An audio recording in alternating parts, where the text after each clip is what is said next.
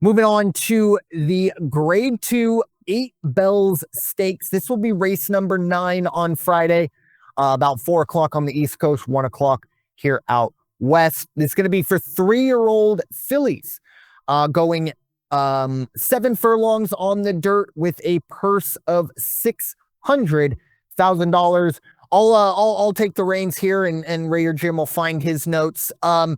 This is kind of the antithesis of the last few races we talked about. Big field, and I think there's a lot of value here. 12 runners.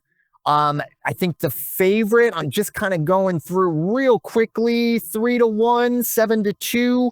Yeah, it looks like 7-2 is going to be your favorite, I believe. Once again, oh no, I apologize. The 12 horse, 5-2.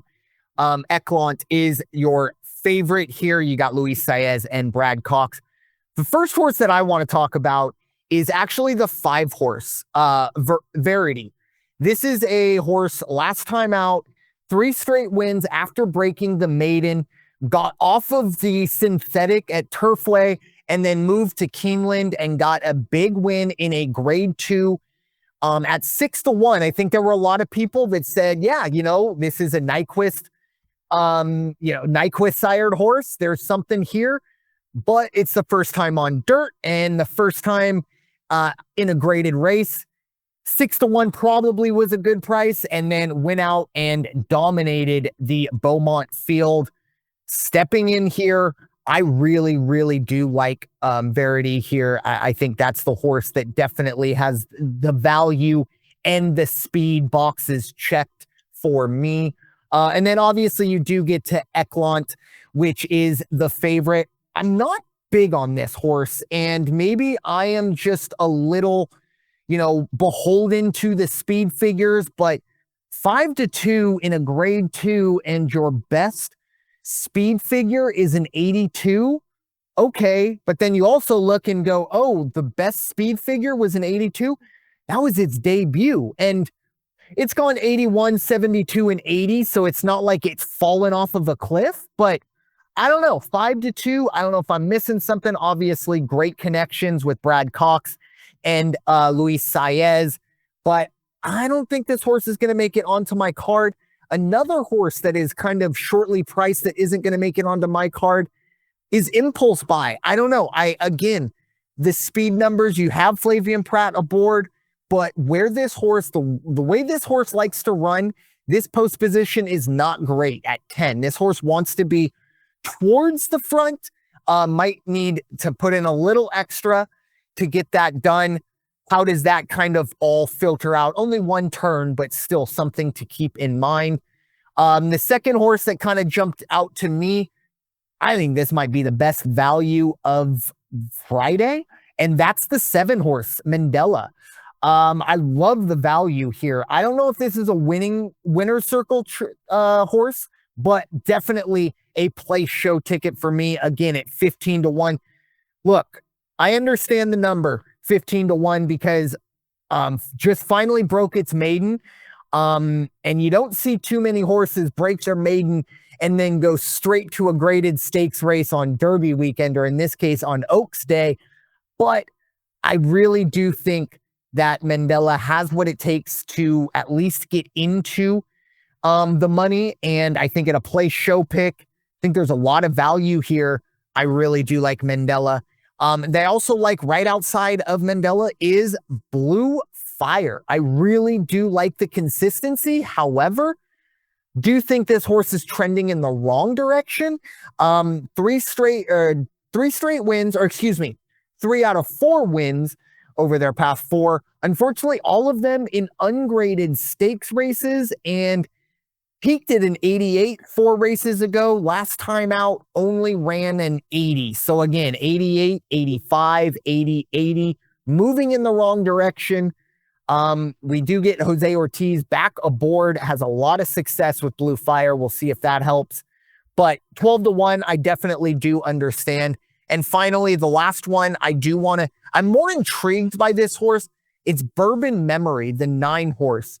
Look, this horse is 4 for 4 in its career. Unfortunately, all on synthetic racetrack. So again, how does that transfer? I'm interested to kind of see, because you don't really see this a whole lot, especially on Oaks and Derby Day, or weekend, I should say, seeing a horse that's only ran on synthetic surfaces jumping onto the dirt in a graded stakes race, a graded 2 nonetheless. Those are just the horses I got my eye on. So again, 5, 7, 8, 9, all of those pretty much play show picks. The favorites don't really scream a ton of value. So I'm looking at the umbrella side. Thoughts on the grade 2 8 bells stakes? Yeah, I'm with you. I like number 5, Verity, for sure. There's a reason that horse is number 1. It's got it's 3 for 3 in 2025, so you can't take away from what it has already accomplished. And like you, believe it or not, I look down at 12. I look down at 10. 10 is impulse buy. 12 is eclatant, and I don't see it. It's not going to pencil out for me. It hasn't penciled out for me. However, and people are going to think we're doing that thing where we look over each other's shoulders and see what we're riding. However, I do have number 8, Blue Fire, down on my card, because I like the combination of Steve Asmussen and Jose Ortiz.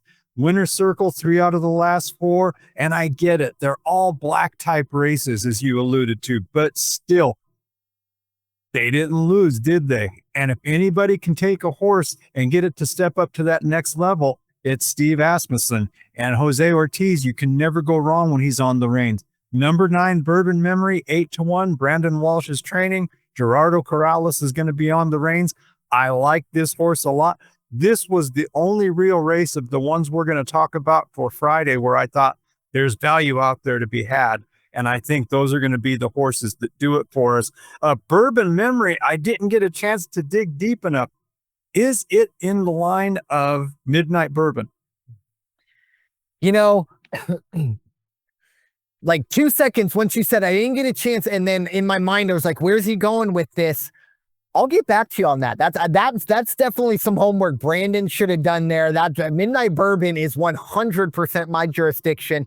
I want to say yes, but at the same time, I mean, I don't think so. Maybe the same, just because, Bolta Oro and Take a Memo, you got the Sire and Dam, and then Maglio Adoro, and then Empire Maker. I believe that would mean they're kind of the grandparents. I feel like Midnight Bourbon would have been in there somewhere. But again, that's a really good question. And I mean, I tell you, that might be the end of it. If in the next, when we end this and Midnight, or in Bourbon Memory is a part of Midnight Bourbon, I mean, everyone knows Brandon's just going to go all, this is my new horse, apparently. So that seed has been planted, but we'll see. I'll do a little research on the back end there, but that would definitely be full circle. Again, if you've been listening to the original Call to Post long enough, one of the running bits here is my affinity of the late great Midnight Bourbon. Always seemed to finish second in those Triple Crown and those big grade 1 races over the summer. One of my favorites ever. God rest its soul. But that's a good one. Gonna have to do a little research there on that. So